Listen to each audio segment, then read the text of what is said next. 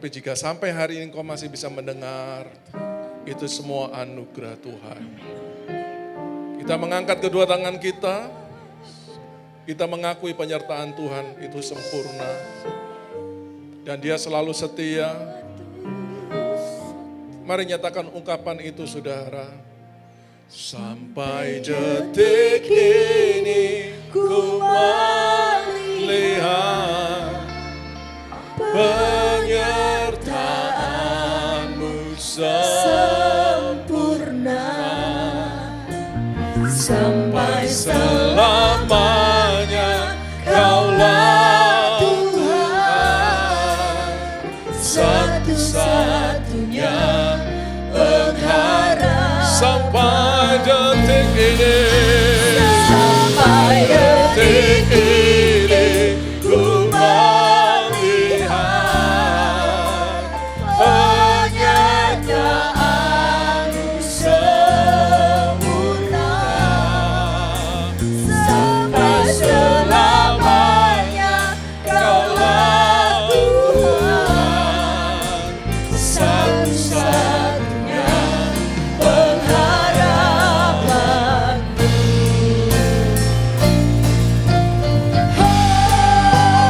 Sampai detik ini ku melihat penyertaan-Mu sempurna sampai selamanya. Kaulah Tuhan, satu-satunya pengharapan. Sampai detik ini, sampai detik ini ku melihat penyertaan-Mu sempurna sampai selamanya. Kaulah Tuhan, satu-satunya pengharapanku. Sampai selamanya. Kaulah Tuhan, satu-satunya pengharapanku. Untuk itulah kami ada di sini Tuhan. Yes. Hanya Engkau satu-satunya pengharapan kami. Berbicaralah kepada kami pada saat ini Tuhan. Ya Tuhan. Untuk meneguhkan pengharapan kami. Supaya kami kuat Tuhan mempertahankan pengharapan kami. Amin. Apapun yang harus kami hadapi. Yes, Lord. Dalam nama Tuhan Yesus. Haleluya. Amin. Amin. Silakan saudara duduk. Ya. Shalom saudara.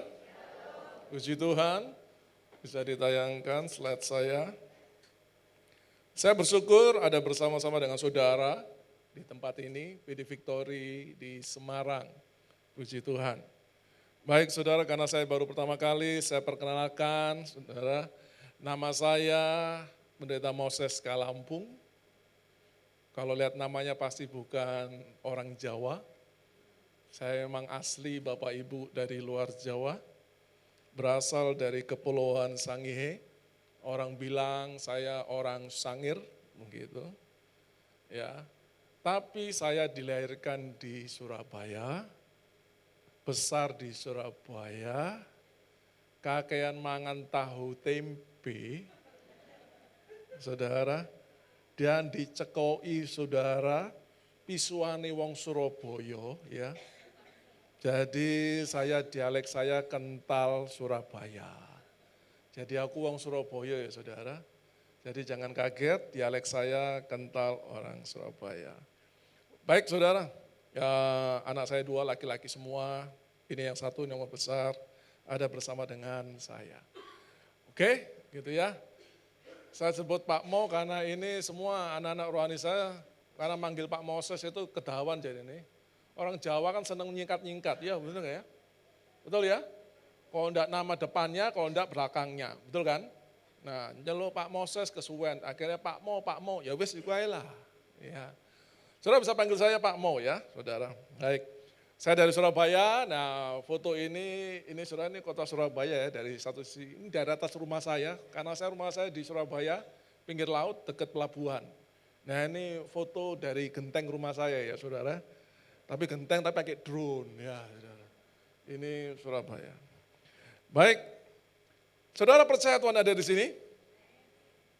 Setiap kali kita membaca firman Allah, kita harus yakini itu adalah suara Tuhan yang sedang berbicara pada Anda. Saudara harus yakin sampai hari ini Tuhan tetap berbicara pada kita. Amin. Dan cara yang paling tepat dan benar saudara, Tuhan berbicara adalah lewat firman Allah yang Anda baca. Jadi tidak ada yang kebetulan, kalau Anda mendengar khotbah, lalu hamba Tuhan itu menyuruh saudara membaca satu firman, Anda mungkin dalam renungan harian membaca satu topik renungan, saudara, dan ada ayatnya di sana. Saudara harus yakini Tuhan sedang berbicara kepada saudara. Saat itu langsung, amin. Berarti juga pada saat ini setiap firman yang kau baca, saudara harus yakin bahwa Tuhan sedang berbicara pada Anda saat ini. Haleluya. Sebelum saya lanjutkan, saya mau tanya karena saya baru pertama kali di sini, mau khotbah saya ini panjang atau pendek? Ono sing pendek, ono sing panjang sih? Hah?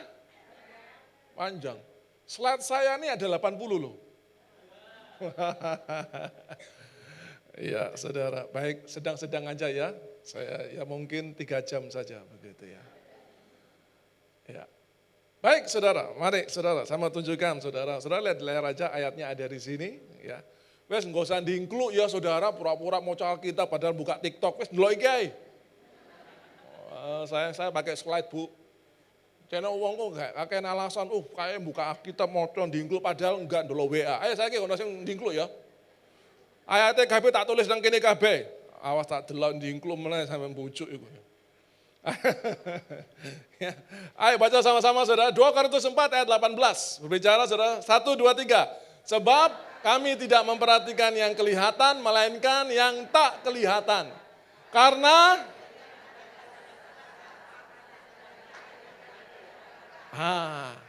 dari ayat ini saudara kita dapatkan beberapa kebenaran. Yang pertama, saudara dalam dunia ini saudara harus sadari ada 2 dunia, yaitu yang kelihatan dan yang tidak kelihatan. Dan semua ini pasti akan mempengaruhi saudara kualitas hidup saudara. Ada yang kelihatan, ada yang tidak kelihatan. Toleh kanan kiri saudara, delon sebelahmu itu. Kenal apa gak kenal pokoknya embola. Anda lihat, kelihatan? Ketok ya saudara, tahu ya? Saya beritahu. Mungkin Anda melihat sebelahmu itu senyum pada Anda. Ya kan, ketoknya soge, padahal utangnya akeh, ya kan? Sing ketok, bener kan? Bener, ini contoh loh saudara, jangan tersinggung, ya kan? Anda lihat, ini kelihatannya, tadi ketemu di depan kelihatannya baik-baik ya. Saudara, waduh, apalagi datang sama suaminya, kalau sih toko suaminya, no sih. Waduh, kelihatannya harmonis gitu, saudara, kayak ketok, ya kan? Kayak ketok, tapi ada yang tidak apa, saudara? Kelihatan. Benar enggak saudara? Saya ingat dulu ceritanya Bu Eli, awal-awal ya Bu. Benar? Kalau mau tahu ceritanya Bu Eli, awal-awal takut aku. Awal-awal pada waktu itu sebelum terjadinya perang dunia kedua. Maksudnya suaminya itu masih belum membuka rahasianya. Tapi saudara kalau Tuhan itu saudara, kalau memang sudah waktunya Tuhan mau melakukan sesuatu, menguji umatnya, Anda tidak bisa menolak. Kalau memang harus terjadi, di kitab Ayub aja, nggak usah dibuka ya. Ayub 42 ayat 2 aja, setelah lewat rentetan peristiwa yang Ayub alami, Ayub bisa berkata sedemikian, aku tahu, berarti sebelumnya Ayub tidak tahu kan? Lalu kata-kata berikutnya apa? Bahwa engkau berkuasa melakukan segala sesuatu. Sering orang menerjemahkan ini, ya kalau sakit Tuhan sanggup apa? Sembuhkan, benar kan? Kalau versi Ayub enggak. Versi Ayub bukan hanya Allah itu berkuasa melakukan segala sesuatu, bukan hanya tentang yang sakit itu jadi sembuh, tapi juga yang sehat jadi sakit. Bukan hanya yang miskin dibuat kaya seperti Ayub sampai menjadi orang terkaya di zamannya, tapi juga bisa yang kaya jadi melarat. Rono amin toh. Rono amin. Betul. Dan kata-kata berikutnya firman Tuhan ini, dan tidak ada rencanamu yang gagal. Jadi kalau Tuhan tetapkan padamu, oh hari ini, rahasia yang ditutupi oleh suamimu terbongkar. Masa suamimu rapat, saudara nutup, saudara ngalang-ngalang CIA, saudara ambil Mossad nutupi, tetap terbongkar. Ya betul Bu Eli ya. Pikirnya suaminya dulu nggak tahu, tapi Tuhan punya cara untuk membongkar. Saya ingat pada waktu itu, lihat ya, Bu Eli enggak, hanya dengar informasi. Dan positif memang, saudara, emang demikian. Lalu yang lebih luar biasa, ya, satu kali Bu Eli terima foto pernikahan. Dan orang yang ngasih ini, dengar ya, cara Tuhan loh. Dari tukang fotonya yang di sono, Bali sana, tahu di mana, pokoknya tukang fotonya kenal sampai orang ini, dan aku kenal sampai Bu Eli sama suaminya. Lalu dilihat foto ini, loh, iki lah bojone Eli. Datang ke Bu Eli, wah, tanya, ya apa El keadaanmu api-api ae? Oh baik, puji Tuhan. Suamimu, oh baik, puji Tuhan, ya puji Tuhan baik. Sing ketok. Benar nggak saudara? Sing ketok, saudara. Katanya baik, tetap sukacita Bu Eli. Oh puji Tuhan. Nah koncone batin dosa, no Eli ki guru ngerti berarti yo. Eli guru ngerti, waduh penasaran. Besoknya sampai penasaran berapa kali itu ya? Sampai dia penasaran loh. Akhirnya gak tego, akhirnya wis terang-terangan datang bilang, baru nunjukin apa? Foto. Dan Bu Eli jawab, aku udah tahu kok. Loh, kan wis seru toh? Aku sudah tahu. Puji Tuhan. Haleluya. Orangnya ini temannya bilang, Eli tegar ya. Oh gak ngerti. Begini telepon aku nangis-nangis ya kan. Ini foto, kirim foto, mateng kon ya. Waduh foto saudara, foto kawin. Ya apa nih Pak? Doa, besok pagi ke rumah doa ya Bu. Ya saya langsung telepon mamanya, Bu doa. Sakno, ya apa nih Pak Moses, mamanya Bu Feni itu. Ya foto loh Pak Moses, ya apa, ya udah wes, ayo. Besok pagi, doa aja timbangnya silakan semua kita bawa dalam pujian penyembahan kita berdoa. Saya datang pagi-pagi ke rumahnya Bu Eli, saya heran pada saat itu entah saya dalam mimpi atau sadar atau tidak. Karena saya melihat sosok Bu Eli itu beda. Ya kan saudara, karena apa? Oh ternyata kelihatan beda, alis si gurung dipasang.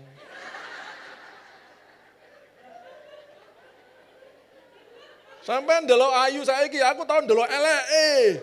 Awut-awutan saudara.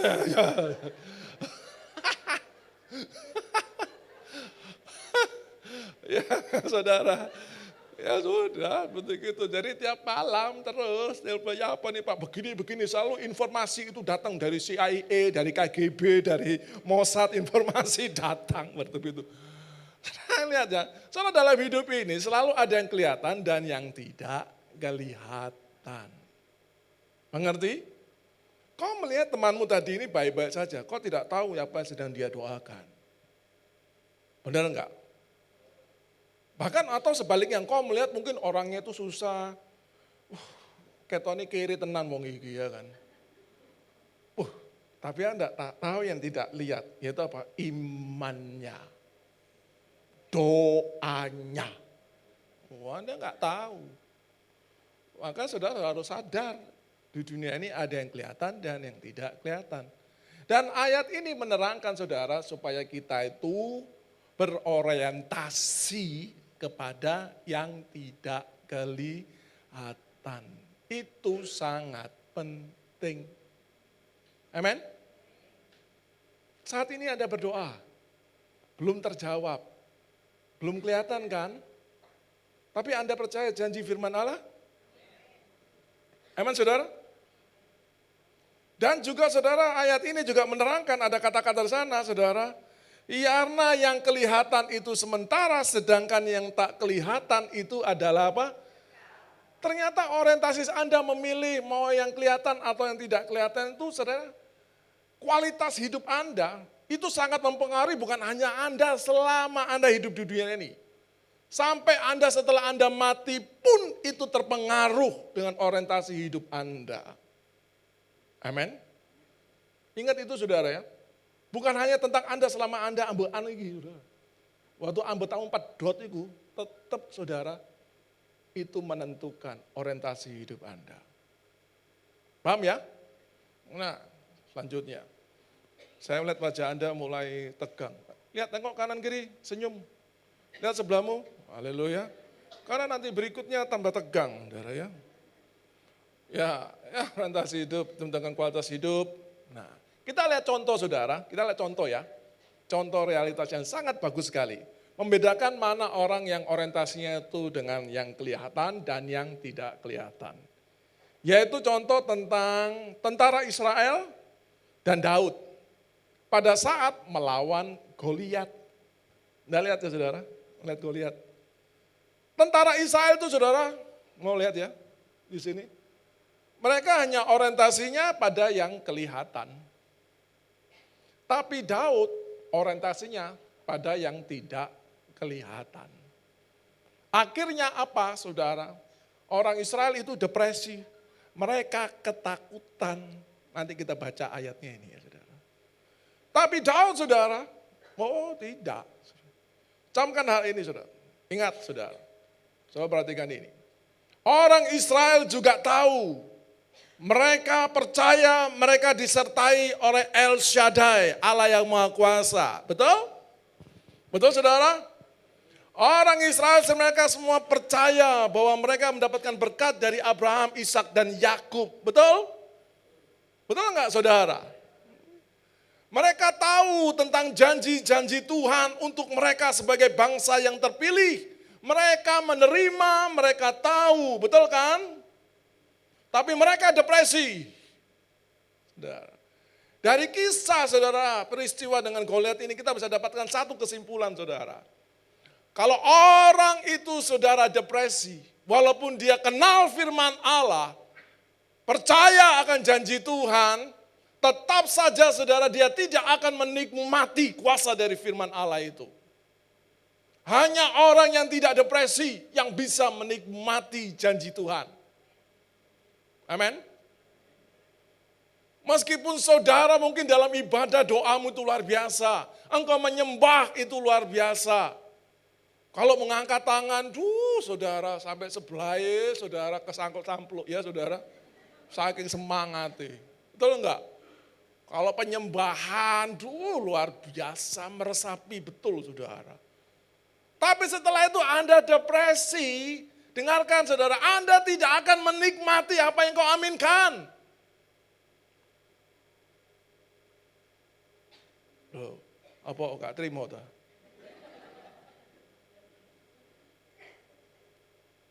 Hanya orang yang tidak depresi yang bisa menikmati kemenangan yang dijanjikan. Karena apa? Orang itu tidak depresi. Seperti Daud, dia berorientasi pada yang tidak kelihatan.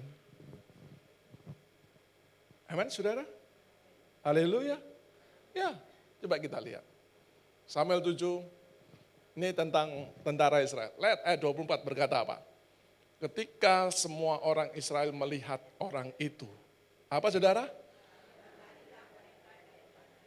Dengan sangat ketakutan. Nah sekarang sob ya, kita balik sekarang dengan perkataannya Daud. Ayat 26, Daud ya, dari 1 Samuel 17 ini.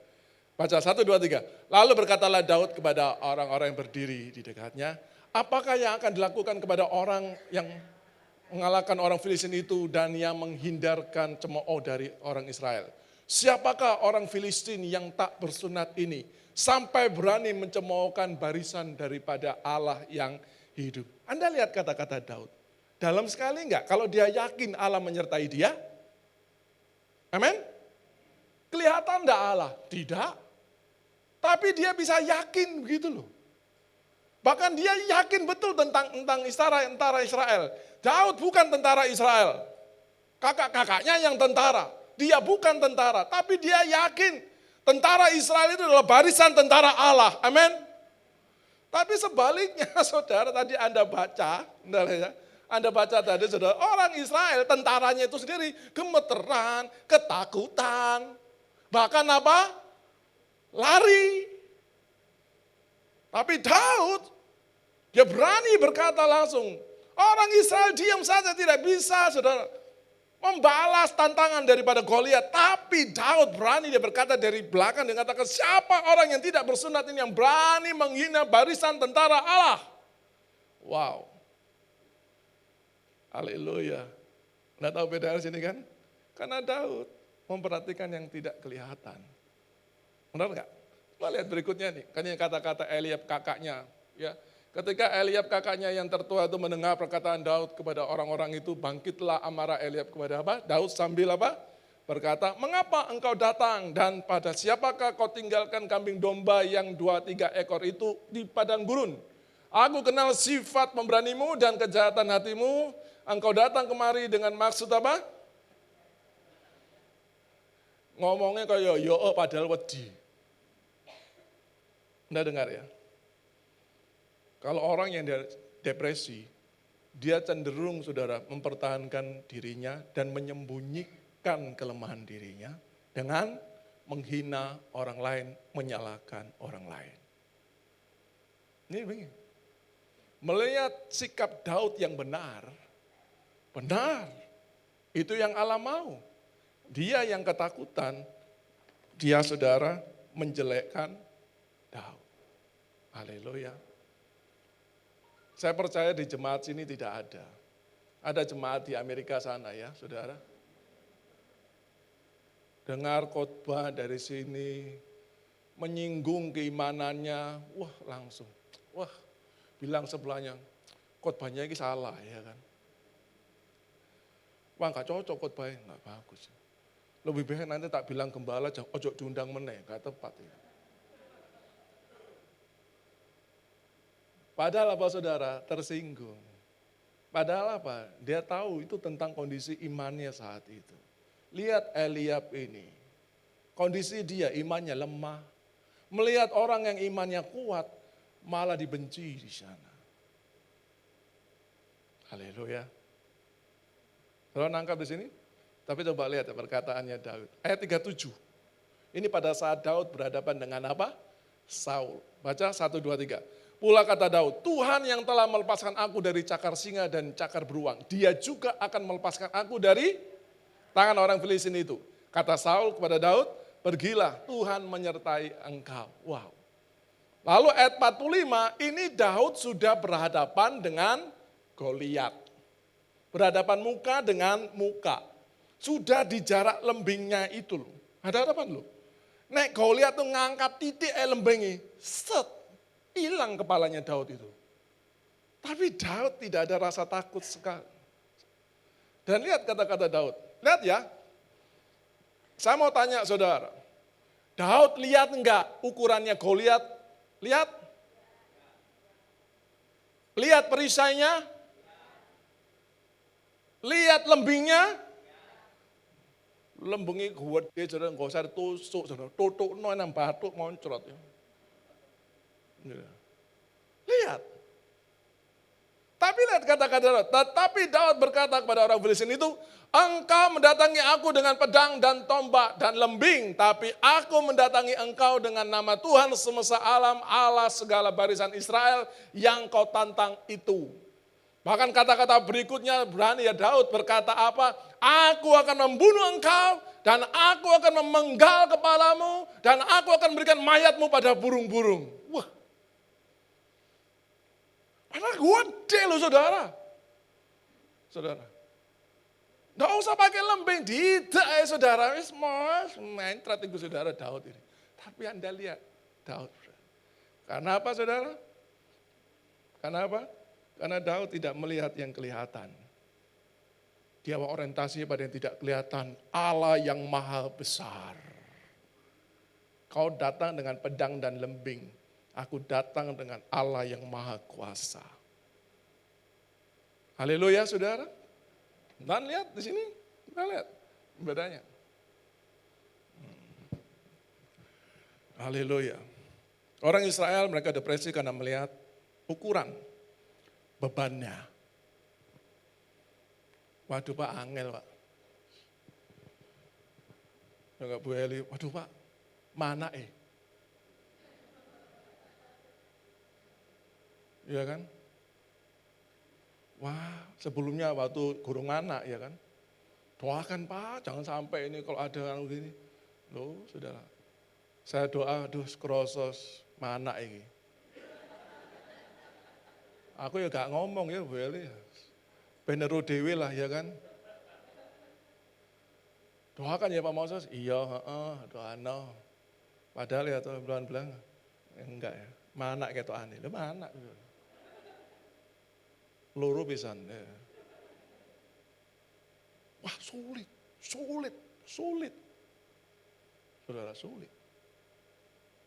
Waduh Pak, enggak bisa ya Pak. Kanker stadium 2C Pak, enggak bisa. Enggak bisa. Oh enggak bisa Pak, aduh enggak bisa, usaha aku enggak bisa bangkit lagi. Sulit, berat. Semuanya adalah ukuran, angka, semua lihat ukuran.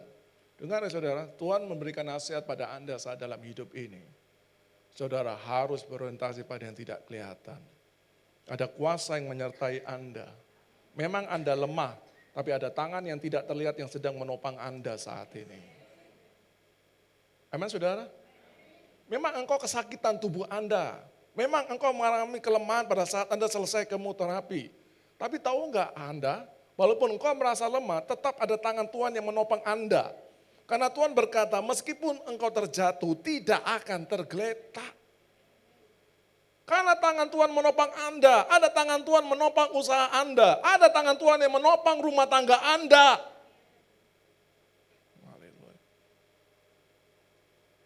Saudara mengerti, menangkap saudara? Tapi lihat Daud.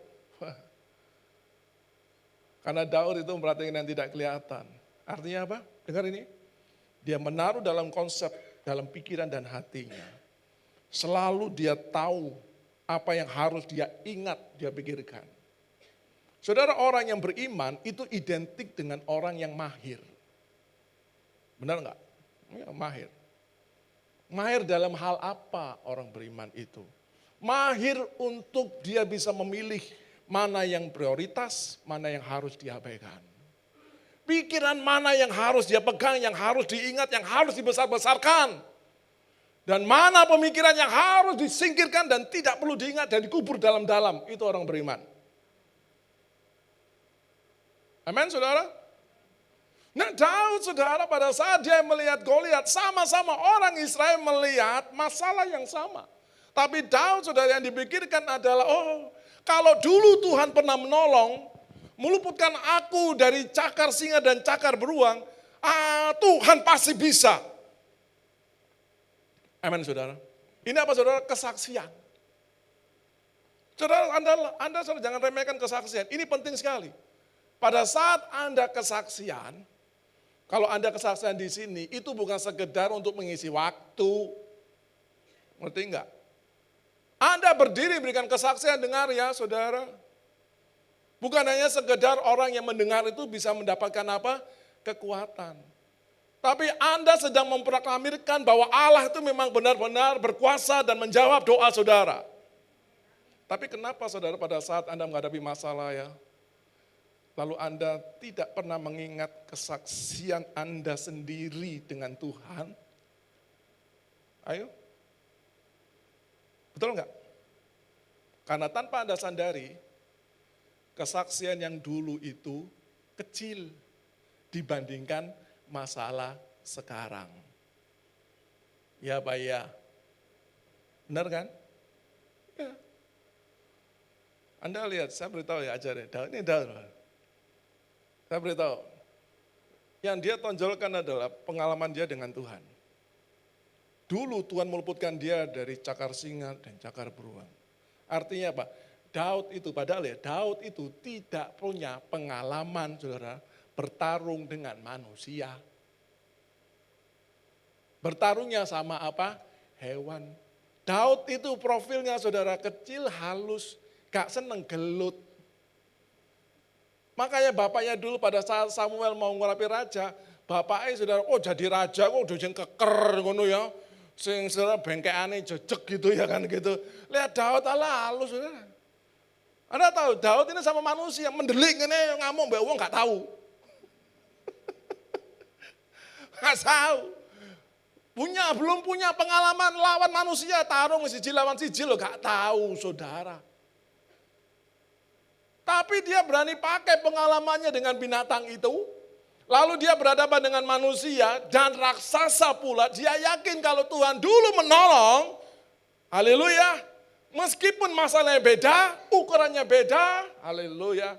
Tapi Allah tetap sama. Maka dia yakin saat ini pula. Saat ini pula Goliat itu yang besar itu juga akan aku bunuh. Amin. Ingat dong kesaksian-kesaksian hidup Anda. Saya mau tanya saat ini. Siapa di sini pernah ditolong oleh Tuhan? Angkat tangan saudara. Amin. Nah kenapa Anda sekarang depresi? Karena kau anggap lupa. Kenapa Anda tunggu kesaksian orang lain baru Anda kuat? Ini kelemahan. Anda tunggu kesaksian orang yang lebih hebat yang setara lah. Nih aku kanker stadium 2B, nah ono sing 2C, nah aku baru aku yes, ngono kan. Ini kelemahan. Saudara, jangan remehkan kesaksian pengalaman hidup Anda dengan Tuhan. Haleluya. Saudara, pada waktu bulan Juli, saya dapatkan khotbah ini pada waktu saya bulan Juli, saat saya misi pelayanan ke pedalaman di desa Jibubu, Halmahera Selatan. Jauh sekali di ujung, Pulau Halmahera di ujung paling selatan sekali. Jauh sekali. Lampu belum masuk di sana. Lalu Tuhan bicara tentang hal ini. Dan pada waktu tanggal 8 Juli, persis pada waktu pas ulang tahun saya. Dan pada waktu ulang tahun Tuhan berikan khotbah ini dan Tuhan bicara banyak pada saya. Dan lalu juga pada saat itu, di tanggal itu pun ada satu doa yang saya naikkan pada Tuhan. Doa saya adalah saya tawar-menawar sama Tuhan. Jadi saya minta Tuhan, kalau boleh ya, nanti tahun depan, tahun 2026, kau jangan utus lagi suruh saya pergi ke mana? Pergi ke pedalaman ya, begitu ya. Karena saya mau pakai uang saya nih, saya mau nabung gitu. Saya tanya sama Tuhan, karena saya kepergian, saya tabungan saya pergi. Berangkat ke pelayanan sendiri ke pedalaman, Tuhan suruh kemana, saya pergi. Nah saya minta tahun 2026 ini, kalau bisa, jangan ya Tuhan, jangan kau suruh. Karena saya punya rencana, mau menghadiri wisuda anak saya, nomor 2 itu di Belanda, S2. Gitu ya. Puji Tuhan anak saya dapat beasiswa LPDP, S2 di Belanda. Saya ingin datang wisudanya. Nah saya minta sama Tuhan, tahun 2026 jangan ada misi ke sana lagi ya Tuhan, saya mau pakai uangnya untuk ini. Lalu Tuhan jawab ya tahun 2026 nanti kamu pergi ke Pulau Batang 2. Lu malah dikongkon saudara ya. Pulau Batang 2 kundi, saudara aku dulu peta sendi, Pulau Batang 2, saudara ternyata pulau kecil antara ujung Pulau Sulawesi dan saudara Pulau Halmahera. Tengah-tengah ada pulau kecil namanya Pulau Batang 2. Kau tahun depan pergi ke pulau itu. Wes dari situ saya kesimpulan, jok takut Tuhan menelah, timbangan kok dikongkon meneh ya kan. Tuhan ingatkan saya, kenapa kau takut? Ingatkan saudara, kesaksian saya yang cukup lama pada waktu saya SMA, pada saat kami secara ekonomi masih susah hidup saya, makan sehari-hari cuma 2 bersaudara, tahu dan tempe, kadang ponaani iwa asin. Lalu sudah berbulan-bulan tuh saudara, saya orang Manado saudara, selama doa soalnya ada makan ikan rica. Aduh kalau ini ada bubara rica, sedap sekali pedas. So berbulan-bulan ini gak ada makan itu. Ya kan? Maka sederhana ya. Hari Minggu pagi di gereja saya doa. Tuhan Selamanya ada makan bubara rica. Tolong Tuhan tuh, suwe gak mangan, ya apa rasanya itu ya? Rica-rica bakar pedes ya. Loh sorenya saudara, sepupu saya datang saudara, bawa bubara rica-rica, wih haleluya. Loh, Anda lihat di sana. Anda lihat. Sepupu saya bilang, oh di gerejaku mau ada acara Natal, lalu cari dana, lalu bikin jual ini. Aku beli 2, aku ingat tante, tak bawa kemari. Bukankah itu Tuhan menjawab doa? Nah kenapa sekarang saya menghadapi persoalan yang besar saya lupakan itu? Karena saya langsung di sini pikir, alah bubaraku piro regane, dibanding no tiket yang PP yang Belanda ku piro, ya udah. Ini kesalahan kita yang terbesar. Anda melupakan kesaksian Anda dengan Tuhan. Karena kau anggap itu kecil dibandingkan dengan masalah yang besar yang sedang kau hadapi saat ini. Ini kesalahan besar yang sering terjadi pada orang-orang percaya. Amin. Sadarkah engkau kalau engkau mengecilkan kesaksianmu dengan Tuhan itu, kau melupakan itu, kau mengecilkan kuasa Tuhan. Kalau dulu Tuhan menolong, pasti sekarang juga Tuhan menolong. Daud mengajarkan, kalau dulu Tuhan menolong, meskipun tidak seseram sekarang, meskipun tidak seberat, tidak beresiko seperti sekarang, tapi Tuhan pasti akan menolong. Apa yang dia perhatikan? Kuasa Tuhan yang tidak terlihat. Janji firman Allah. Amin. Dia tidak berorientasi pada yang kelihatan ini. Dia tidak berorientasi dengan lembing daripada Goliat yang menakutkan. Dia tidak berorientasi pada ukurannya Goliat yang besar itu saudara. Tapi dia berorientasi pada apa? Yang tidak kelihatan. Itu kuasa firman Allah. Kuasa Allah yang menyertai dia. Amin. Haleluya. Ya, puji Tuhan. Wis berang menit dikira. Lanjut. Lanjut. Haleluya saudara. Puji Tuhan. Baik. Yang berikutnya, slide berikutnya. Ya saudara.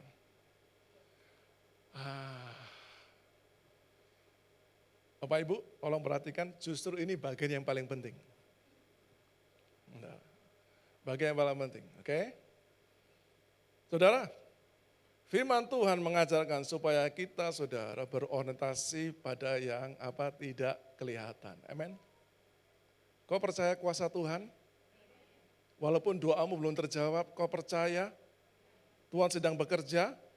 Walaupun tidak terlihat, tapi dengar ya, kalau Anda berdoa tiba-tiba saudara terus Anda berdoa setiap waktu akhirnya doamu dijawab. Betul kan? Saya mau tanya, kalau doa itu terjawab berarti terlihat enggak? Tadinya tidak terlihat, sekarang apa? Benar? Betul ya? Anda sakit, betul kan ya? Anda percaya, Anda mengimani, enggak kelihatan kan? Anda berdoa puasa karena Anda yakin kan? Betul kan? Lalu saudara terjadi mujizat. Saya mau tanya, kelihatan enggak mujizat itu? Kelihatan? Kelihatan. Tapi firman Tuhan ajarkan apa? Berorientasi pada apa saudara? Yang tidak kelihatan. Nah, tak tampilnya foto ini saudara. Ini foto anak saya. Dulu waktu mereka masih kecil, ini yang paling besar itu ya. Yang paling besar. Anak kecil, saya ingat ini dulu masih umur 2 tahun. Terus adiknya masih 8 bulan atau berapa gitu. Saya dengar dialog di TV. Ya saudara, dialog di TV. Yang menceritakan tentang biaya pendidikan dari anak sampai S1. Tahun gitu saja saudara, mungkin tahun 2001, 2002 gitu ya. Itu aja saya lihat nilainya diperkirakan kalau standar itu sudah 1 miliar lebih loh saudara. Nah pada waktu itu dalam kondisi saya pada waktu itu, saudara, saya sebagai hamba Tuhan sepenuh waktu, menyerahkan diri sudah tidak bekerja lagi, tinggalkan semuanya. Pada saat itu saudara, saya nggak mampu loh saudara. Lalu saya mikir, lalu saya bisa nggak saya membiayai anak saya sampai sekolah? Saya enggak ada bayang-bayang pada waktu itu, enggak tahu. Saya hanya mangku, ini yang besar saya pangku 2 anak, saya hanya peluk, saya hanya nangis saja. Tuhan saya tidak tahu. Tapi saya percaya anak-anak saya pasti kuliah dengan baik.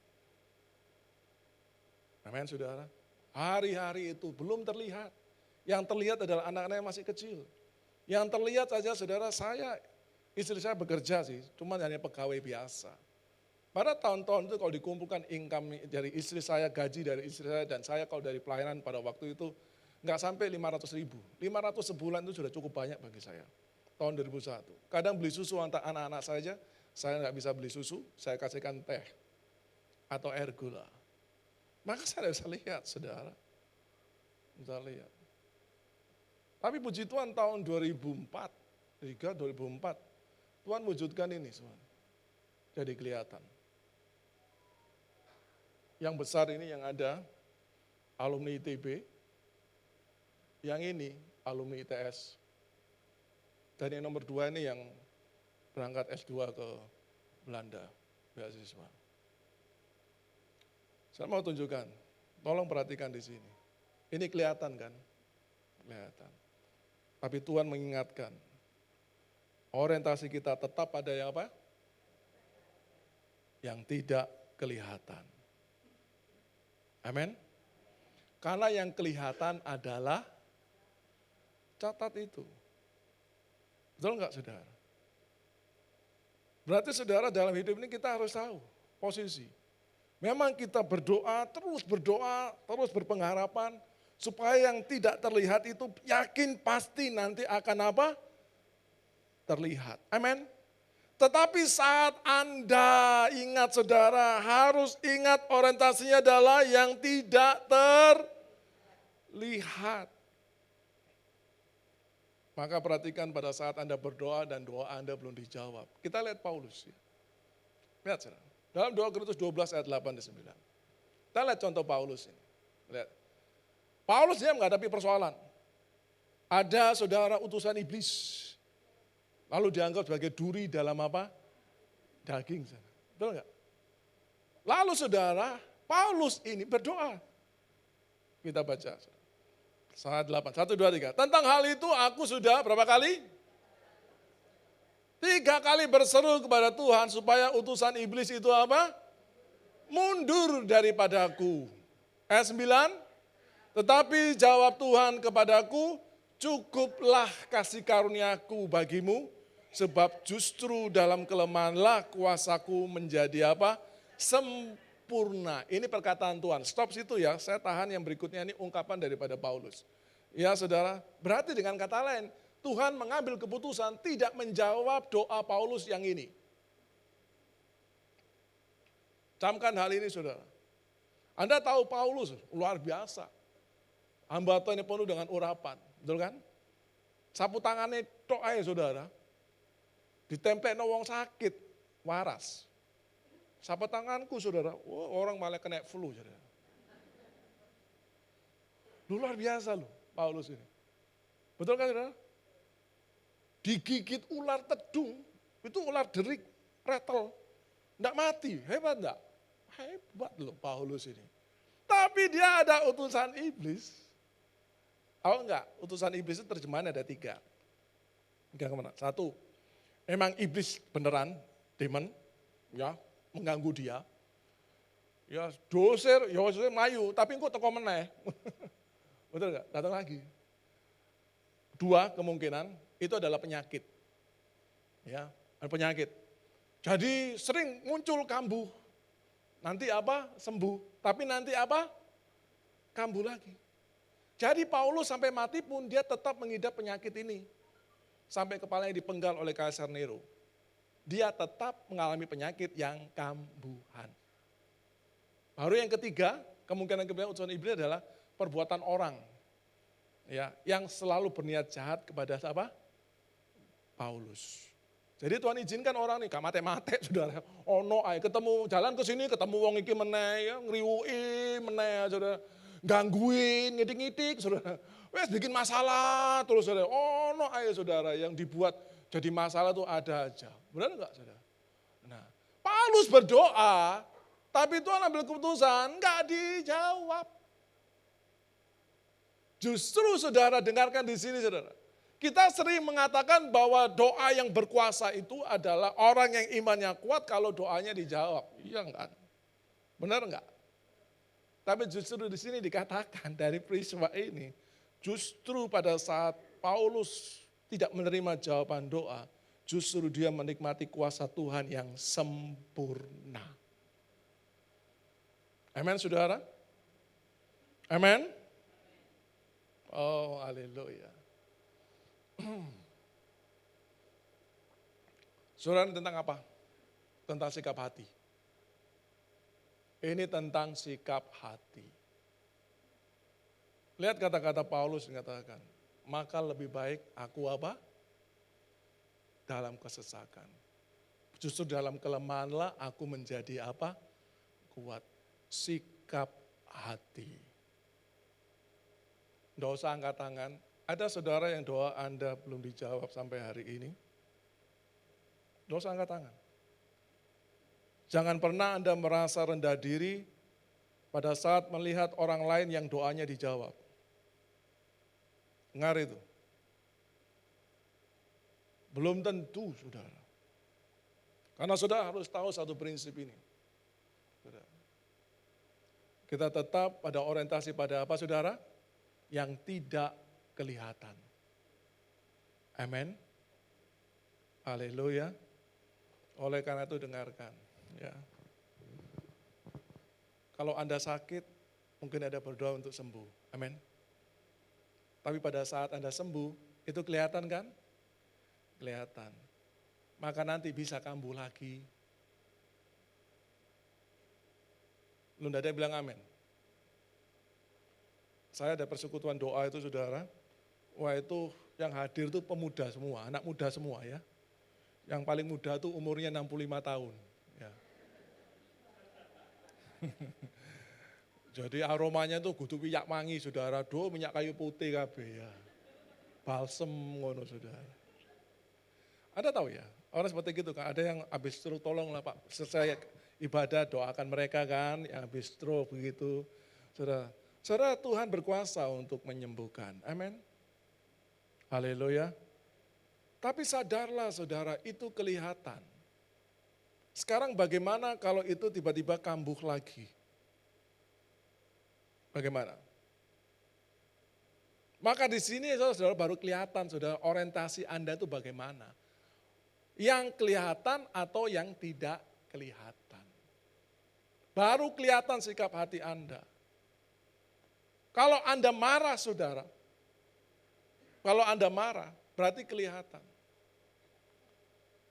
Ya, karena saudara, saya tanya, siapa yang percaya saudara kalau Anda meninggal masuk surga? Angkat tangan saudara, amin.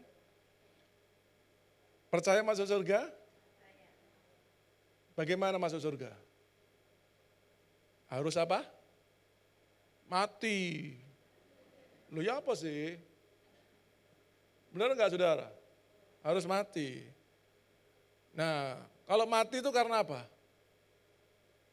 Mati karena apa? Sakit toh? Oh enggak Pak, saya berdoa supaya saya mati tidak sakit. Itu ada buktinya Pak. Tidur langsung apa dipanggil apa? Tuhan. Iya betul, tapi coba otopsiin. Begitu diotopsi, ya ternyata serangan jantung. Waduh ayo saudara. Saudara ini tentang sikap hati. Ini penting sekali. Orientasi hidup tentang sikap hati Anda. Alkitab mengajar kepada kita untuk senantiasa fokus pada yang tidak kelihatan. Jadi kalau yang kelihatan ini terjadi sesuatu yang tidak engkau inginkan, kau tetap berfokus pada yang tidak kelihatan, yaitu firman Allah. Di mana firman Tuhan Allah mengatakan pada engkau, aku menyertai engkau. Amin. Aku selalu menuntun dan membimbing engkau. Haleluya. Ini tentang sikap hati saudara. Kalau doa Anda itu saudara belum dijawab, ini tentang sikap hati. Haleluya. Nah, saya mau tunjukkan sekarang ya, ayat lagi ini. Baca Matius 7. Ini lebih serem lagi. Baca, 1, 2, 3. Pada hari terakhir banyak orang akan berseru kepadaku, Tuhan, Tuhan, bukankah kami bernubuat demi namamu, dan mengusir setan demi namamu, dan mengadakan banyak mujizat demi apa? Namamu. Saudara, dengar ya, saudara. Kalau saya hamba Tuhan, lalu bernubuat, lalu terjadi. Kelihatan enggak itu? Kelihatan ya? Kelihatan. Saya doakan orang sakit, orang itu lumpuh, lalu saya berdoa, dan orang lumpuh itu apa? Berjalan. Kelihatan enggak? Kelihatan? Kelihatan. Kalau ada orang kerasukan setan, kalau diusir setannya itu, lalu orang dari sembuh, kelihatan enggak? Saya dulu awal pelayanan saya itu adalah Ghostbuster. Tahun 2000. Ya, saudara. Tahun 91, 92 pelayanan saya masih kuliah di ITS itu, saudara. Saya kayak ingin melayani itu, dan pada waktu itu yang melayani pelepasan itu jarang sekali. Lalu saya belajar, saya nuntun, saya ingin, ya saya tertarik untuk, bukan terpanggil untuk melayani orang-orang gini. Jadi saya akhirnya sudah melayani hampir tiap hari saya mengusir setan. Sampai setan itu saudara kenal aku. Loh ya kenal aku. Saya pergi ke Madiun gitu, oh ada yang kerasukan gitu, saudara tak datengin gitu. Lalu setan ngomong ini, kok kamu di sini? Nah kon lapo nang kuno saya gitu. Jadi setan tahu saya. Ada manifestasi di Kabupaten Pemuda, wah anak muda gitu. Waduh, pendeta semua hamba Tuhan doakan gak bisa. Lalu siapa ya hamba Tuhan yang punya karunia gini? Lalu ada yang nyeletuk, saudara ada yang nyeletuk. Anak muda bilang, oh Pak saya kenal Pak, saya Pak Moses itu. Belum nyebut Pak Moses itu langsung setan bilang, jangan panggil dia, jangan panggil dia. Lu kenal aku tuh. Ya kan? Saya datang naik motor ya kan, saya datang naik motor, saya keluar, dari luar gereja kedengaran suaranya, teriak-teriak, wah dengar, wah ini serem ya kan gitu ya. Tapi saya begitu saya parkir, lu kok sepi yo, kok gak ada suara mana? Lalu begitu masuk, lu wes waras, hilang. Lu sudah enggak apa-apa ini. Enggak apa? Iya Pak, tadi begitu orang-orang bilang, Pak Moses datang, Pak Moses datang. Yang tadi kerasukan, wah, lu ngalih.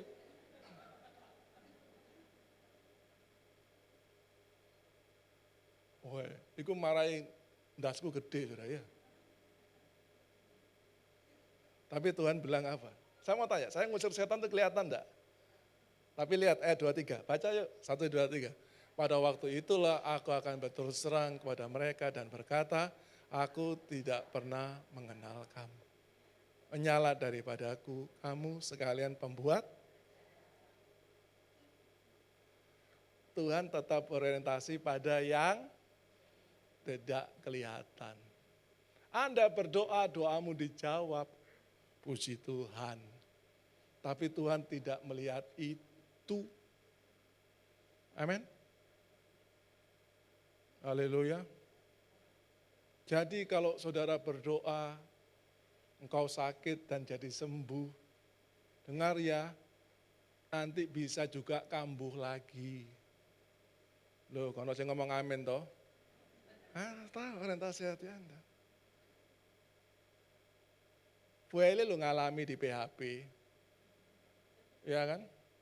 Wah, ketoke tobat dibayar rasido ya Bu ya.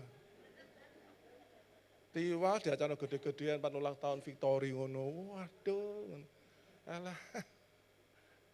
Kumat maneh. Betul. Itu sikap hati. Betul enggak, Saudara? Amin. Nah. Ya. Saudara, ini foto saya waktu KKR. Wah, ya kan? Luar biasa. Wah, mujizat gini, gini. Kembali. Tapi lihat saudara, yang kelihatan sementara, yang tidak kelihatan adalah apa? Saya boleh KKR di sini. Tapi bukan berarti saya langsung bisa masuk surga. No. Artinya saudara, saya bisa orang menganggap saya hebat, hamba Tuhan itu hebat. Tapi Tuhan tidak melihat saudara yang kelihatan. Prestasi itu kelihatan. Tuhan tetap ingin kita berorientasi pada apa? Yang tidak kelihatan.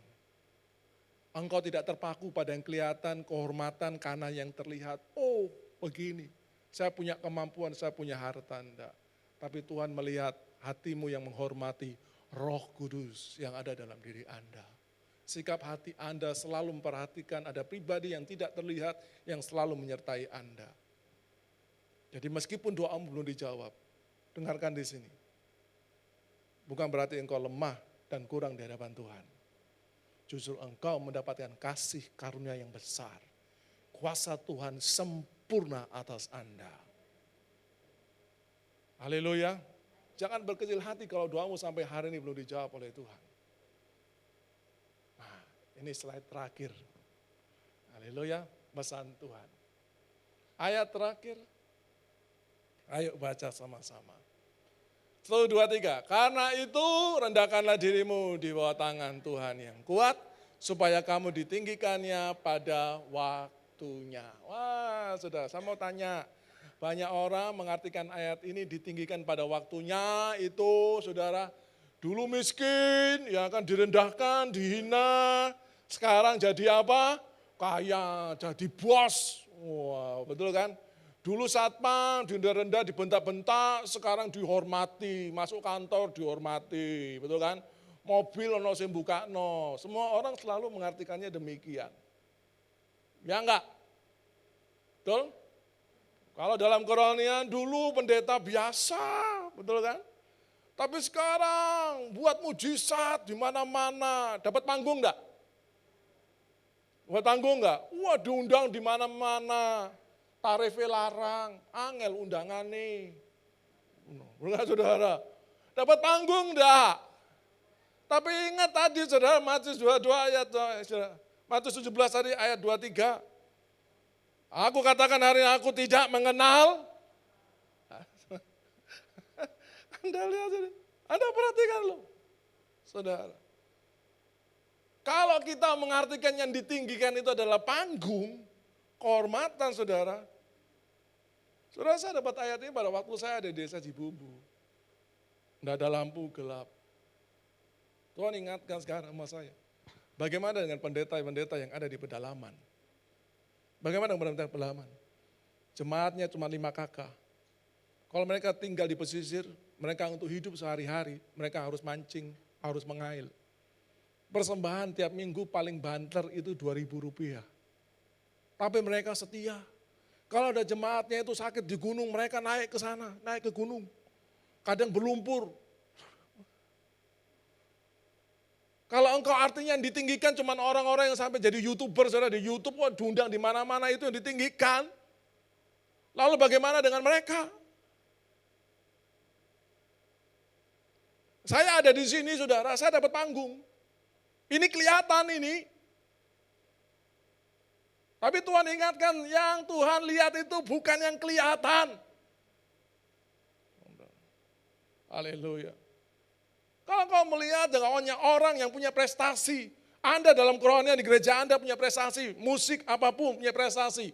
Lalu pimpinan Anda, gembala Anda mengangkat Anda menjadi pimpinan saudara. Kelihatan enggak? Oh, kelihatan.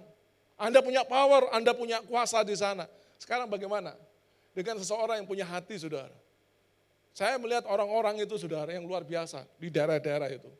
Ada yang melayani untuk orang datangi, orang yang gila yang dipasung sudah bertahun-tahun.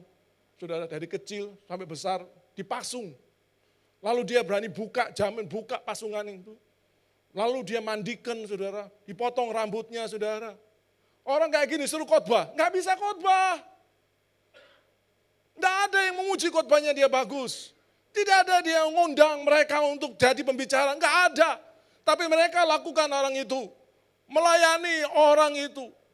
Yang dipasung ini, sampai hari ini, sampai orang itu jadi sehat kembali, normal kembali. Siapa yang mau lihat? Siapa yang mau melihat? Saya melihat orang-orang yang dihamba Tuhan di pedalaman sana, di Kalimantan sana. Mereka harus naik gunung, di Papua sana, harus naik gunung. Lembah yang luar biasa. Hanya untuk apa? Doakan jemaatnya yang apa? Sakit. Saya pernah ke pedalaman kadang-kadang dengan rekan-rekan tim saya lokal itu gembala sidang gereja sana. Kadang mereka saat pelayanan, Pak Moses, mohon maaf ya, KKR ini saya minta izin dulu saya pulang apa? Oh, saya mau doakan jemaat. Kenapa? Jemaat saya ulang tahun. Loh, Anda lihat kesetiaan. Cuman untuk jemaatnya ulang tahun loh, saudara. Dan ingat saudara, yang ulang tahun jemaatnya ini saudara ya orang miskin. Sejen saudara, jemaat yang ulang tahun itu saudara miliuner ngono loh. Dibelani, ini dia bela. Lalu kapan orang-orang ini mendapatkan arti dari firman Tuhan ini? Malam hari itu bulan Juli itu saudara, pertama kali saya bertobat. Saya baru sadar. Saya melihat gembala sidang di gereja yang saya layani. Saudara. Saya tidak ada apa-apanya dengan dia. Amin. Haleluya. Kalau ditinggikan itu adalah panggung. Anda salah. Amin. Lalu Tuhan berbicara tentang apa saat ini? Ya, semua itu terlihat.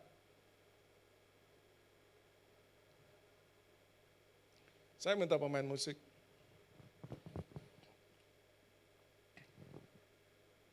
Bukan penerimaan dari Tuhan. Tapi yang terpenting adalah apa? Perkenanan dari Tuhan. Itu yang penting. Amin. Anda ditinggikan Tuhan. Itu bukan Anda ditinggikan oleh manusia. Tapi Anda ditinggikan oleh Tuhan. Ditinggikan oleh Tuhan itu adalah apa? Kelayakan dari Tuhan. Engkau layak di hadapannya. Hamba-hamba Tuhan di pedalaman, mereka yang berjuang luar biasa. Tidak ada prestasi, khotbah tidak bagus. Tapi mereka setia bertahun-tahun sampai mereka mati. Saat mati pun tidak dibuat seremonial yang luar biasa. Sampai di live di YouTube. Apakah mereka yang sampai meninggal luar biasa begitu? Itulah orang yang ditinggikan. Tidak. Orang yang ditinggikan Tuhan adalah Tuhan berkata, engkau layak di hadapanku. Amin. Haleluya. Kalau ada doamu belum dijawab sampai hari ini, bahkan dengar, bahkan sampai mati pun doamu belum dijawab oleh Tuhan. Ingat, bersyukur saudara dengar khotbah pada siang hari ini untuk menguatkan saudara. Yang terpenting adalah apa? Yang tidak terlihat, yaitu apa? Imanmu. Meskipun doamu tidak dijawab, engkau terus berdoa sampai mati. Orang-orang demikianlah yang memang di dunia ini direndahkan. Tapi di hadapan Tuhan, mereka ditinggikan oleh Tuhan. Mereka layak mendapatkan perkenanan dari Tuhan. Amin. Saudara nangkap pesan Tuhan ini? Haleluya. Mari angkat tangan kanan saudara. Taruh tangan kiri saudara. Meskipun Tuhan tak menolongku, meskipun di dalam dagingku, ku tetap memilih untuk percaya dan mengucap syukur.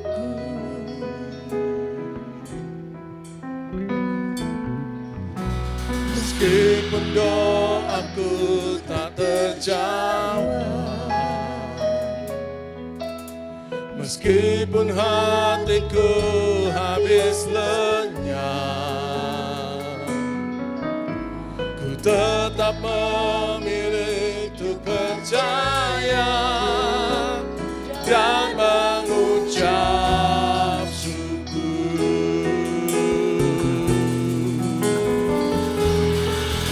Berkali-kali kau menolong, berkali-kali kau kuatkan dalam rasa sakit.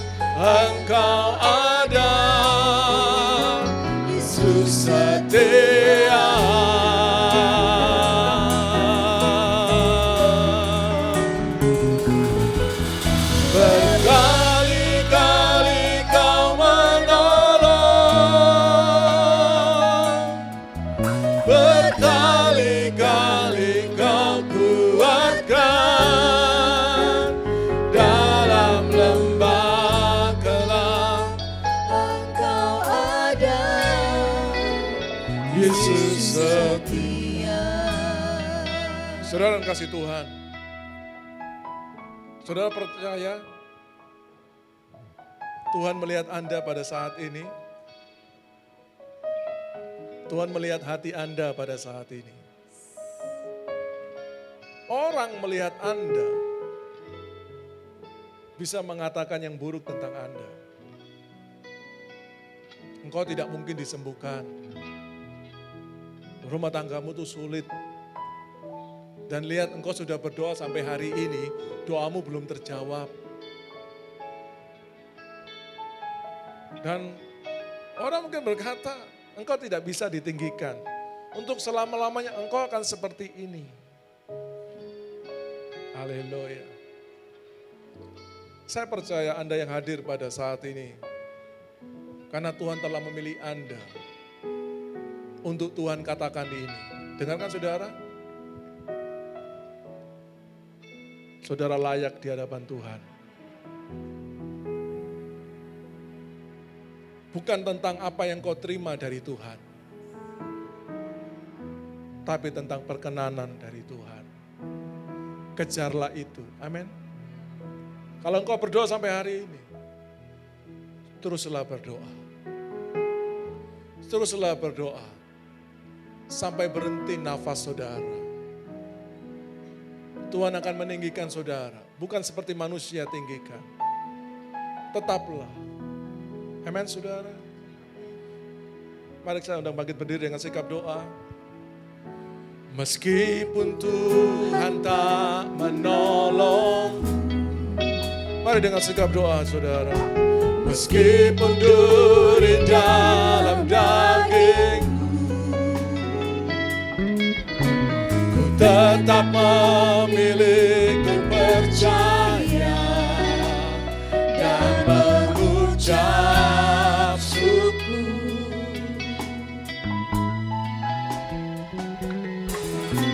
Meskipun doaku tak terjawab,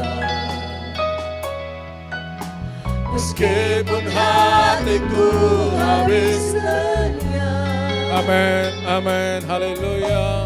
Ku tetap memilih untuk percaya dan mengucap syukur.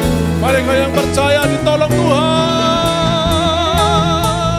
Berkali-kali kau menolong. Berkali-kali kau kuatkan. Dalam rasa sakit engkau ada. Yesus setia.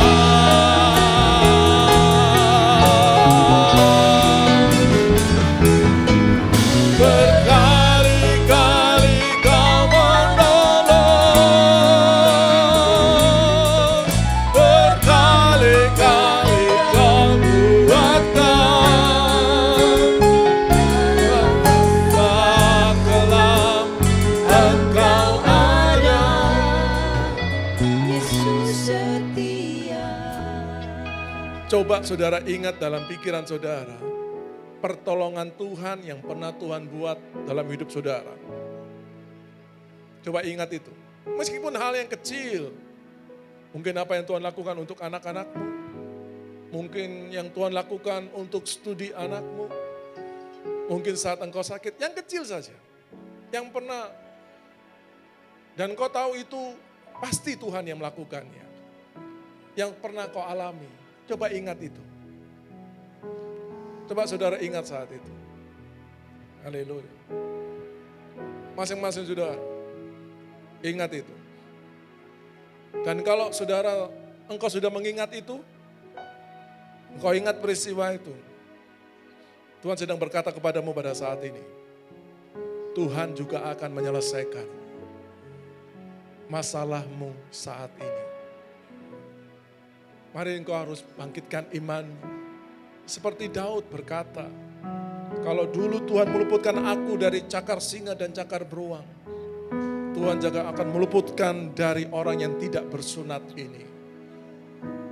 Mari bangkitkan imanmu saat ini. Haleluya. Sehingga engkau bisa merebut kemenangan. Kalau engkau depresi, engkau tidak bisa menikmati janji Tuhan. Orang yang depresi tidak bisa menikmati janji Tuhan. Hanya orang yang percaya saja yang dia bisa menikmati janji Tuhan. Haleluya, haleluya. Berkali-kali Kau menolong, berkali-kali Kau kuatkan. Dalam rasa sakit Engkau ada, Yesus setia.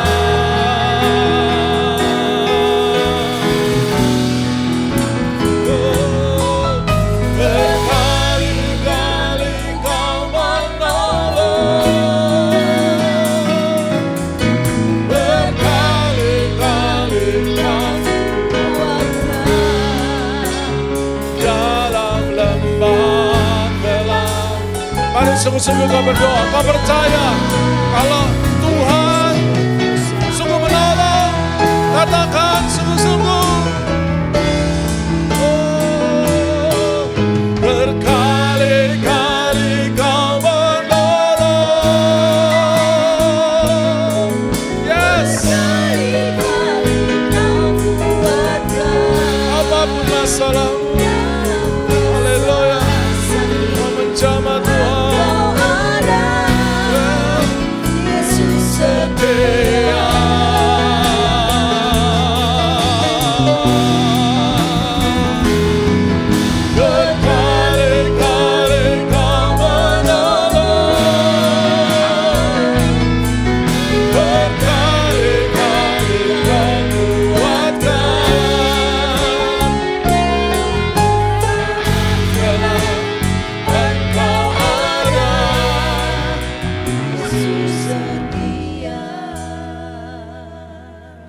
Terima kasih Tuhan.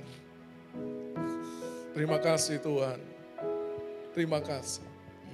Biarlah setiap hati kita berkata dan punya sikap seperti Paulus. Oleh karena itu lebih senang aku dalam kelemahanku. Karena justru di dalam kelemahanku lah aku kuat. Engkau punya sikap hati walaupun doamu belum terjawab sampai hari ini. Bukan karena engkau menyerah, tapi engkau tahu orientasi hidup Anda yang benar. Terima kasih Tuhan. Terima kasih Tuhan. Terpujilah Engkau Yesus. Haleluya. Amin. Amin. Amin, amin. Sekali lagi dong berikan kemuliaan buat Tuhan yang luar biasa. Haleluya. Silakan duduk. Puji nama Tuhan, luar biasa firman Tuhan siang hari ini. Amin. Semuanya diberkati. Amin. Amin. Haleluya. Sekarang kita sampai pada berikan persembahan karena kita sudah diberkati Tuhan luar biasa siang hari ini. Berikan persembahan, ada ayat yang mengatakan begini, hendaklah masing-masing memberikan menurut kerelaan hatinya, jangan dengan sedih hati atau karena paksaan, sebab Allah mengasihi orang yang memberi dengan sukacita. Amin. Mari kita akan berdoa sebelum kita mempersembahkan persembahan kita siang hari ini. Bapak mengucap syukur Tuhan buat siang hari ini, buat firman yang sudah Kau tabur Tuhan. Sungguh kami bersyukur Engkau mengajari kami siang hari ini untuk kami melihat, memandang yang tidak kelihatan, tetapi kami percaya Tuhan sampai waktunya nanti Engkau akan menyatakan, kami akan melihat kemuliaan-Mu buat setiap kami. Terima kasih Tuhan memberkati Pak Moses di dalam pelayanannya, biar Engkau Tuhan tambah-tambahkan hikmat-Mu dan Engkau menyatakan dengan penyertaan-Mu yang sempurna buat pelayanannya, juga keluarganya Tuhan Engkau memberkati. Terima kasih Tuhan, kami mau persembahkan yang terbaik bagi Engkau di dalam berkat nama Tuhan Yesus Kristus kami berdoa, kami bersyukur. Haleluya, amin.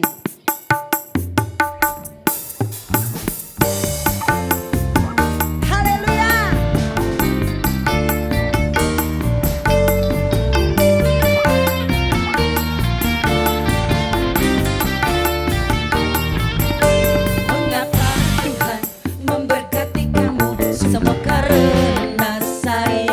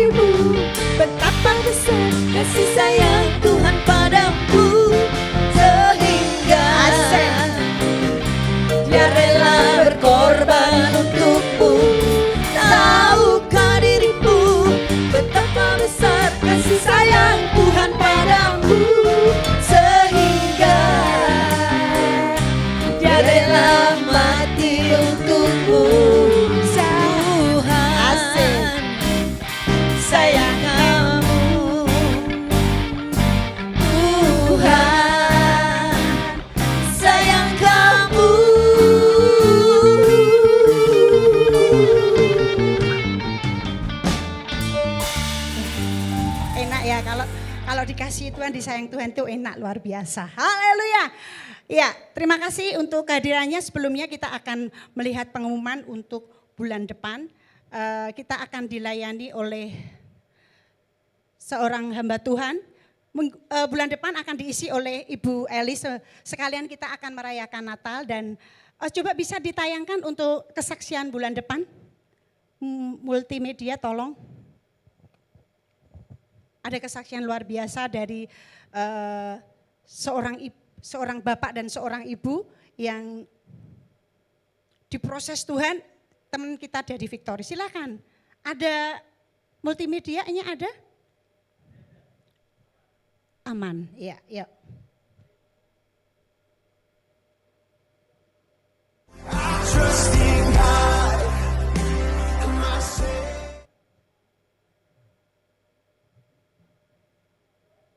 Sabar ya. Hah?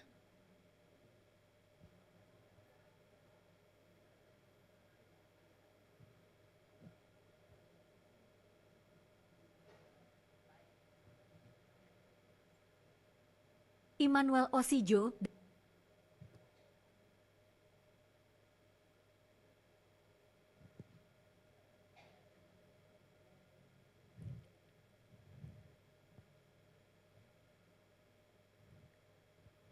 Ting tung.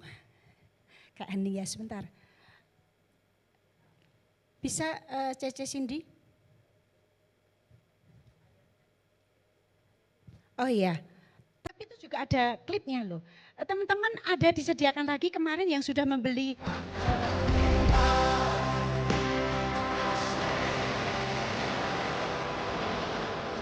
Ini ada ayat firman Tuhan, kemarin ada yang sudah membeli, diberkati dengan ayat firman Tuhan yang menguatkan kita ketika kita lagi terpuruk-puruknya, waktu dibuka, haleluya, ada kekuatan dari ayat firman Tuhan. Di depan disediakan cuma ada 5, teman-teman boleh membelinya di samping sana ya. Ayat firman Tuhan, quotes-quotes yang biasanya dibagikan oleh Ibu Gembala tetapi siang hari ini dijual dan cuma ada 5 ya teman-teman. Kalau ada mau mungkin untuk memberkati ya sebagai hadiah ulang tahun atau memberkati teman kita atau saudara kita boleh ada cuma 5. Ya ini dia besok kesaksiannya akan dibawakan oleh Ibu Nini, dia dari Malang. Immanuel Osijo dari sopir bus hingga menginspirasi banyak orang. Di balik senyum seorang pria sederhana, tersimpan kisah perjuangan dan tekad yang luar biasa. Immanuel Ustradi Osijo atau yang akrab disapa Im, membuktikan bahwa latar belakang bukanlah penghalang untuk meraih impian. Dari seorang sopir bus antar kota, kini ia menjadi bos travel sukses dan dosen yang menginspirasi. Pada tahun 1996, di usianya yang ke-26, Im memulai karirnya sebagai sopir bus. Ia biasa mengantar rombongan jamaah untuk berziarah ke makam Wali Songo. Meski hidup penuh keterbatasan, ia tidak pernah banyak mengeluh. Yang saya lakukan hanya berusaha dan berusaha. Kenangnya, hidupnya mulai berubah ketika ia membuka warung kecil di rumahnya yang terletak di daerah Sawo Jajar, Kota Malang. Lokasinya yang dekat dengan kampus Tiba Malang membuat warung itu ramai dikunjungi mahasiswa. Dari sanalah titik balik hidupnya bermula. Suatu hari, seseorang dari kampus menawarinya untuk menghandle acara tur mahasiswa ke Bali. Awalnya, ia menolak karena merasa tidak punya pengalaman memberangkatkan tur ke Bali dan tidak paham prosedur tender. Namun, setelah berpikir panjang, ia sadar bahwa peluang tidak datang 2 kali. Dengan keberanian, ia mengikuti tender dan diberi kesempatan presentasi di depan 10 kelas, masing-masing berisi 40 mahasiswa. Ia menghadirkan inovasi dengan menawarkan destinasi gratis ke Hard Rock Cafe Bali. Strategi ini berhasil memenangkan hati para mahasiswa dan ia sukses menggaet 6 dari 10 kelas yang ada. Dari sanalah lahir Kirana Tour and Travel pada tahun 1997.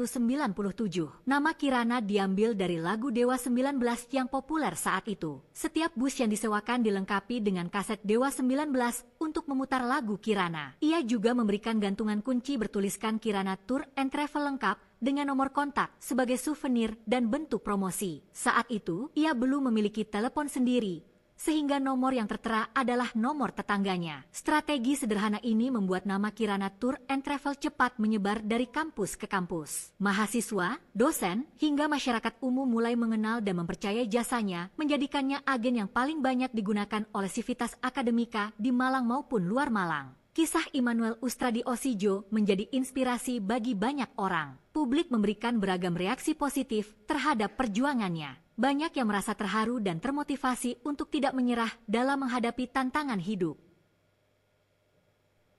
Haleluya. Besok akan ada kesaksian seorang bapak, tentunya ketika bapak suami yang sukses itu ada wanita, ada istri yang berdoa untuk seorang suami. Amin. Jadi kita di sini sebagai wanita mari doakan suami kita agar juga mencapai kesuksesan. Haleluya.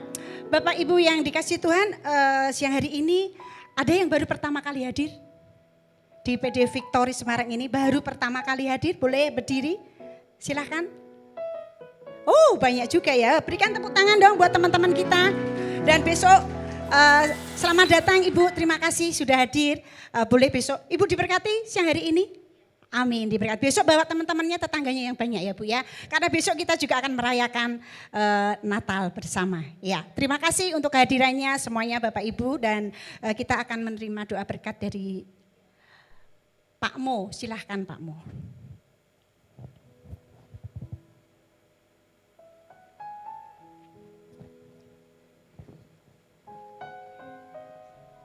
Jemaat kami undang bangkit berdiri.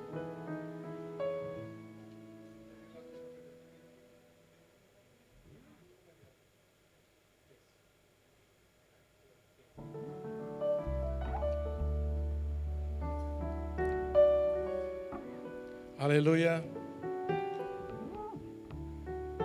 Saudara, saya tergerak untuk menyatakan satu ini perkataan Tuhan untuk saudara yang hadir saat ini.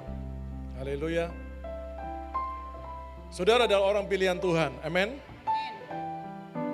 Memang doamu belum terjawab sampai hari ini. Tapi Tuhan ingatkan, jangan berorientasi pada yang kelihatan. Karena nanti yang tidak terlihat juga pasti akan jadi terlihat. Amin. Dan yang terlihat itu hanyalah sementara. Jadi kalau sakit masih bisa kumat lagi. Tapi kalau Anda punya hati seperti Paulus, lebih baik aku lemah. Karena dalam kelemahanlah aku apa? Kuat. Amin. Amin. Angkat tangan saudara, terimalah berkat Tuhan. Sampai detik ini ku melihat penyertaan-Mu sempurna. Sampai selamanya Kaulah Tuhan, satu-satunya pengharapan. Datang sampai detik ini. Sampai detik ini ku melihat penyertaan-Mu sempurna. Sampai selamanya Kaulah Tuhan, satu-satunya pengharapan. Katakan satu-satunya. Satu-satunya pengharapan. Tuhan memberkati engkau dan melindungi engkau. Amin. Tuhan menyinari engkau dengan wajahnya dan memberikan engkau kasih karunia. Amin. Tuhan mengadapkan wajahnya padamu dan memberikan engkau damai sejahtera. Amin. Mulai dari saat ini sampai Maranatha, Tuhan memberkati. Amin. Amin.